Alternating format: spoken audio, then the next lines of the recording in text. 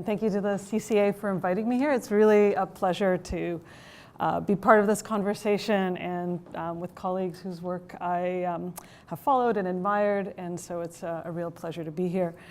As Kim mentioned, I'm Associate Professor at the University of Michigan, Taubman College of Architecture and Urban Planning. And my work focuses on the agency of architecture within the context of dynamic ecological systems, infrastructures, energies, materially and technologically mediated environments, and emerging social organizations.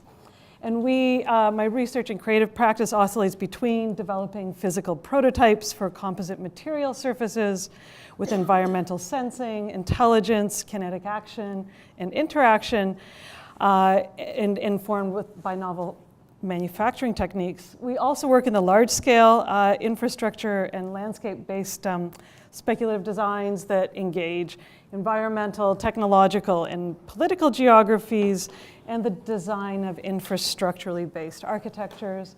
And most recently this summer, we collaborated with curator, and also these are, a lot of these are based heavily in the paradigms of systems thinking and complexity, and this is where a lot of the work of Price also becomes relevant to our own work. And then last year we collaborated with Pierre Bélanger on Extraction, the Canadian pavilion for the Venice Biennale. And so even though I'm primarily a designer, writing is very important to my practice. Cedric Price's work has figured strongly in my design work and my teaching, and especially his ideas on projects on cybernetics, responsive systems, the open-ended anticipatory design practices that aim to empower citizens. These are all central to some of the thinking. And the way that I came to do research in the Price archive is when I came across, in the Square Book, there was a single page on a project called the Detroit Think Grid.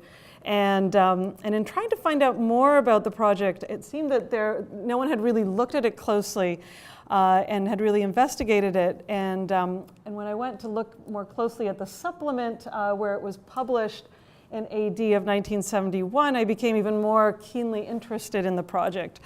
In brief, Price was commissioned in 1968 to undertake a comprehensive study and planning proposal for the recently formed Oakland Community College located in the suburbs of Detroit.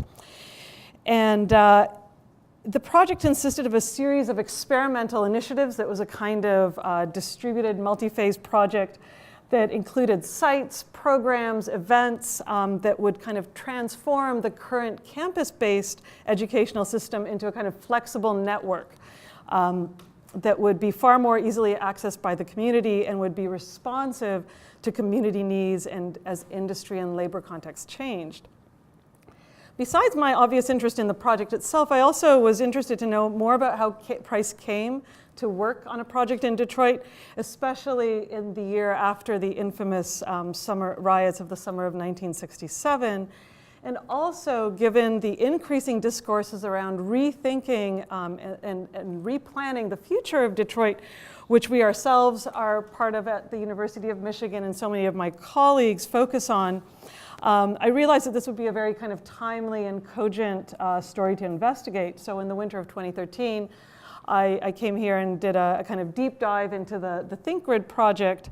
And what I also found was that Price stayed here and actually came to Detroit, and he spent about 2 months living at Cranbrook. And the archive contains a pretty heterogeneous collection of not only work and materials related to the project, but also a lot of miscellaneous, such as articles from Detroit newspapers, personal letters from his wife, his colleagues, this one from Rayner Banham. And what I also found was that the story of the Think Grid really starts before 1968, and it starts with the project called Atom in the summer of 1967. So I looked deeply into both of those projects. So the presentation today is going to be structured a bit more as a story because it's a kind of pretty interesting one. So in June of 1967, the Rice University School of Architecture held their third Design Fête, which is a biannual design charrette where notable practicing architects were assembled with teams of students to develop experimental projects and initiate discourse on a specific topic. And the results were published in these great little pamphlets. And the topic of that year was rethinking higher education in light of societal change, in light of technology, mobility, and within the context of the baby boomers entering college, where there was this kind of massive building campaign in both North America and Europe of post-secondary facilities. And so the participating architects included Charles Colbert, Mark Kennan, Nicholas Morgenthaler, Cedric Price, Robert Venturi, and Thomas Vreeland. And then, and this is the kind of image, one of the images from the pamphlet. And then when you get into the archive, you find little gems such as this series of caricatures that I can only imagine the students did of their team leaders, and Price made a copy of, and clearly whoever drew this was onto Morgenthaler a little bit there. The program given to the teams was to design a technology-based self-instructional educational network for a hypothetical new company town called Atomia. And the most publicized project was probably Charles Colbert's shoulder carrel, which was this headpiece study unit that one would wear as a portable study environment. But this was, of course, also a perfect program and topic for Price, who was particularly invested in rethinking architectural institutions. He'd written on the institution extensively beforehand. Also, obviously the Potteries Think Belt project had been published a couple of years before that. Potteries Think Belt, and he'd been writing on institutions, especially in the context of contemporary societal realities, of mass communications and new technology, but also in the context of unorganized complexity of the mobile information society. And then the design that Price and his team developed was a decentralized kit of educational parts, which is what he called it, that consisted of a network of portable technologies, portable spatial educational elements, semi-permanent structures that would operate as a system of learning distributed throughout the urban fabric of public infrastructures, such as parks, buses, streets, factories, and parking lots. And Price conceived of the entire system or ensemble really as a kind of kit of parts of both designed and non-designed elements, and this is one of his drawings, where there would exist at a multitude of scales, and these would all be integral to the project. And so of equal importance in the kit of parts were the everyday technologies and elements, and he includes everything from buildings to headsets to pencils as these kind of actors that are all part of the system. The proposal also includes a number of semi-permanent structures, such as the infant teach toy, and Samantha talked about his amazing naming. So there's the infant teach toy, which prosaically could be called a portable elementary school. This was the life conditioner box, which was a flexible structure that would provide educational facilities for all age groups. And like Price's other projects, the Atom educational system would be cybernetically controlled. So fundamental to the design was what Price called the town brain, which was the master communication center that both produced the information technology-based programming and also coordinated the operation of the educational servicing among the various distributed components. And this was published in the May '68 issue of Architectural Design, as well as the April '68 issue of PA, which both documented the projects from the Design FET, and this is the AD publication. However, one of the most significant things for this story is that at the Rice Design FET was where Price met John Tyrell. And Dr. John Tyrell had been hired as an outside consultant for the design charrette. And he was the one who developed the program, the vision, and project brief for the new town that the design teams were to work on. And Tyrell was, by all reports, a kind of visionary educator from Michigan who had recently been appointed as president to the newly founded Oakland Community College, which was in the suburbs of Detroit, which had begun taking in students in 1965. And the project brief that Tyrell wrote, he collaborated on with Oakland Community College Vice President, Dr. Robert Canfield, and they also acted as these kind of on-site expert consultants during the whole design charrette. And this is their article called Goodbye to the Classroom, which is published in that same 1968 issue of AD, which includes a summary of the project brief. But they also, in there is also their argument about the imperative for teaching and education to adopt new technologies in order to reach more members of the community and to allow students to learn more effectively. And then this, in their thesis, this would implicate the end of the classroom as the privileged location of information exchange. So with new technologies, learning could take place literally anywhere. They say in the home, the factory, the office, the shopping center, and clearly they're anticipating the kind of move to online education, MOOCs and the such.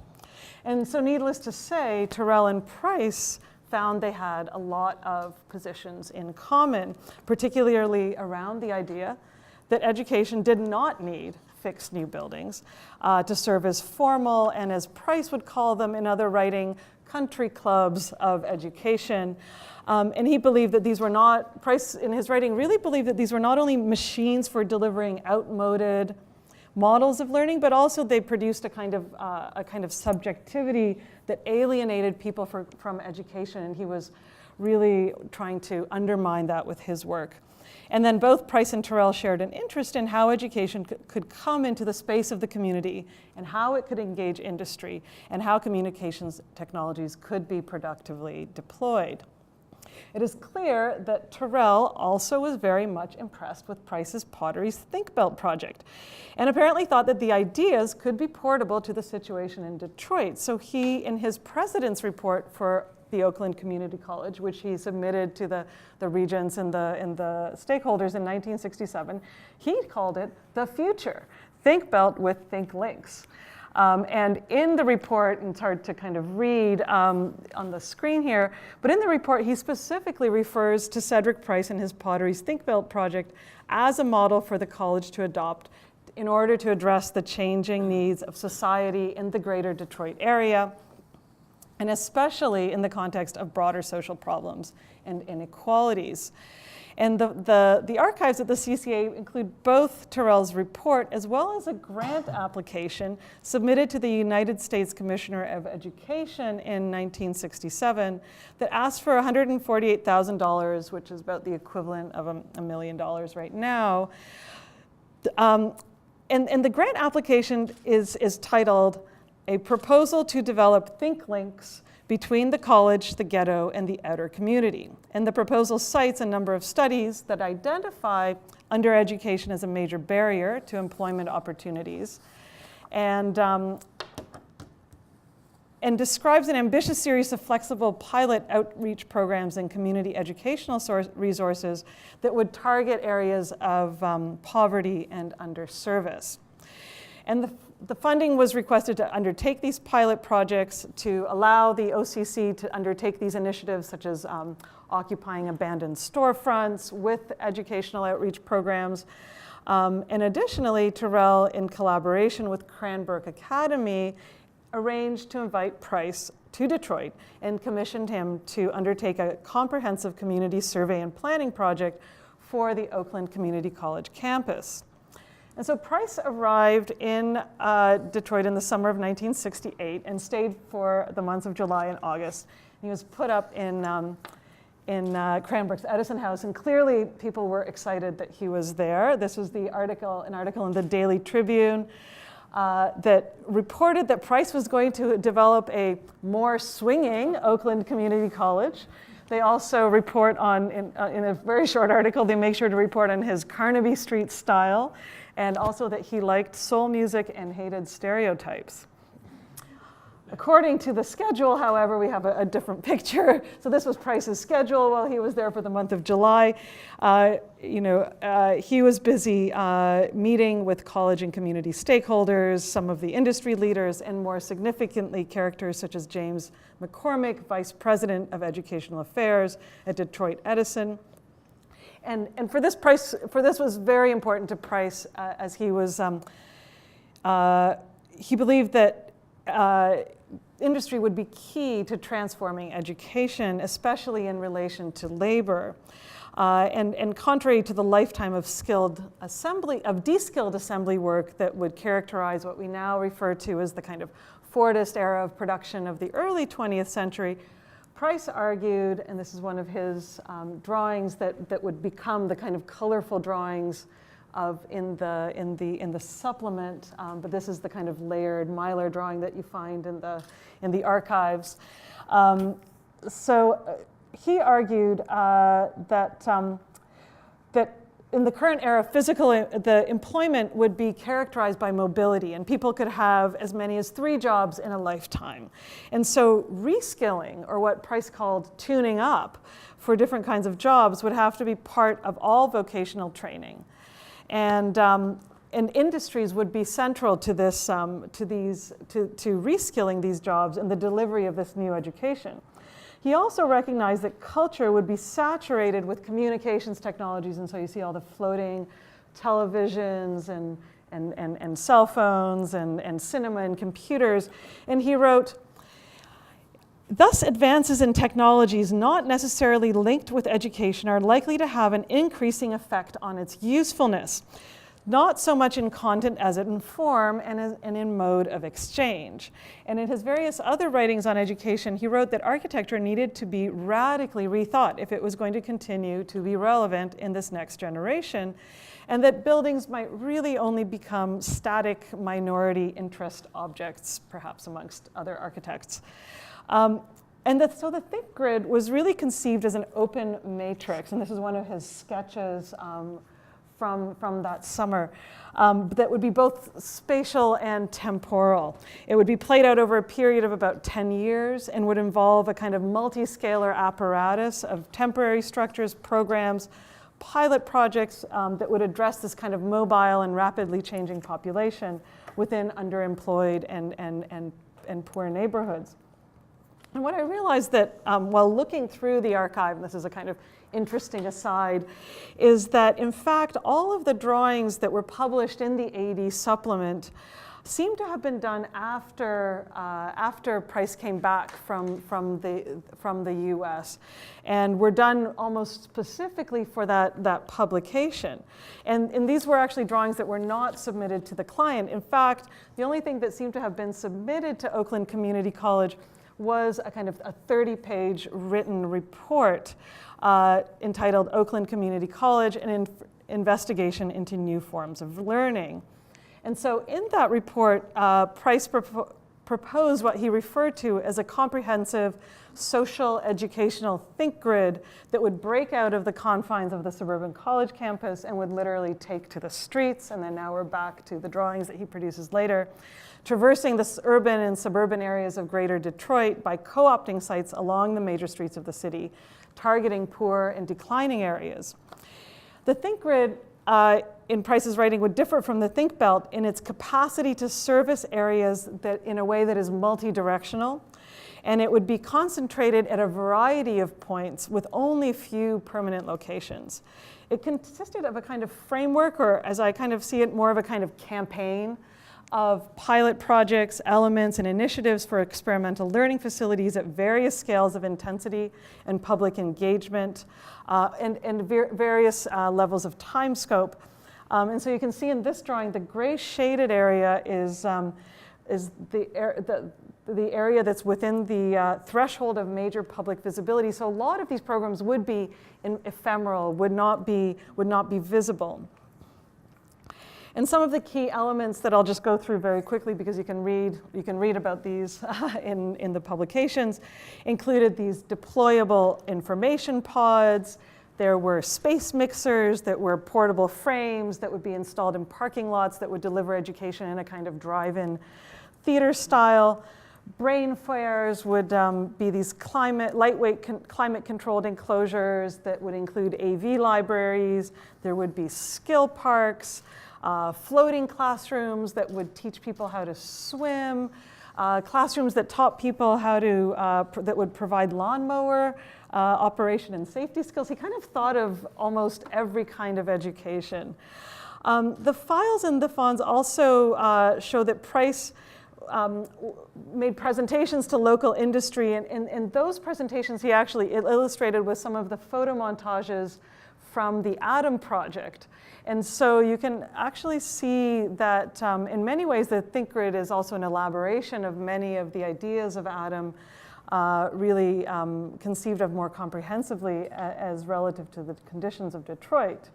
And then some of the very specific initiatives included collaboration with and space sharing with a lot of institutions, including Cranbrook.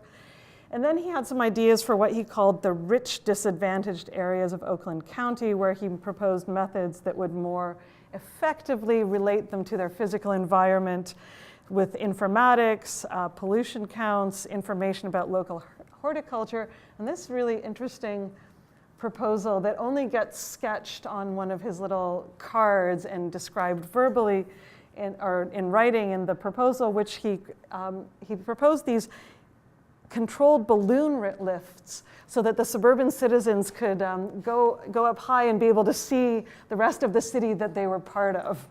And so there's a kind of really, the kind of politics is really apparent in the piece. And fundamental to the development of the Think Grid was not only the suite of elements and initiatives, but the system of relations and interrelations over time. And he really stressed that there needed to be frameworks in place that would involve public information, collaboration with the community of stakeholders. So this was really a kind of, as we could call it, a kind of bottom-up initiative that he envisioned. The second framework that he thought was very important was to have a total information system that would respond in real time to need, to whether initiatives were working or not working, and to demand. And so this kind of feedback in communication systems would provide a kind of operative self-generating structure as well as kind of adaptivity to the educational system over time. And he was adamant that elements would have a lifespan and be evaluated, and they could be discontinued if they weren't working. This is actually a sketch of the lifespan of elements from the Atom project, but in the text on the Think Grid, he describes the elements in much the same way. So, unfortunately for Price, by 1968, John Tyrell had stepped down as president of Oakland Community College. And from the correspondences, it seems that even though Price was eager to pick up discussions, with the new president, Dr. Joseph Hill, the letters indicated that the project was being put off for various reasons. And by the fall of 1969, the correspondences really just drop off, and it seems the project kind of got put to bed. According to the correspondences, the report he gave to Oakland Community College was to remain confidential, although in 1971 we know that he redrew this project and reframed it as part of the supplement. And so to kind of close, for me, what has been super interesting in undertaking this research and how I kind of frame it in the JAE article that I wrote after I finished the research is that we might kind of now look back on Price's proposals with a new perspective, focusing less perhaps on the novelty of the technological systems. We now all have information pods in our pockets, but on the way that he proposed that physical urban systems could be repurposed toward alternative urban processes that had the potential to rewrite spatial rules in terms of engagement between citizens, urban spaces, and institutions. And it really makes a compelling case for how institutions, organizations, and groups of individuals might find agency in shaping the city through active engagement with and empowerment of its inhabitants. And as an urban system, the Think Grid is intended to operate by appropriating the spaces of the abandoned city that had lost their exchange value and re-inhabit them with a kind of use value, to use a term from Henri Lefebvre. And it points to a way to addressing conditions of disinvestment in cities through systemic and adaptive mechanisms that might be other than the conventions of revitalization, which is so often tied with capital investment and subject to those forces of ebb and flow, as well as capital's systemic exclusion of portions of the population. So strategically, and through the use of these kind of minimal physical tactics, the think grid, I think, informs a way that design might be able to reorganize urban systems towards more socially productive ends and re-script the social and institutional processes through which urban space might be produced and reproduced. And I'll end there.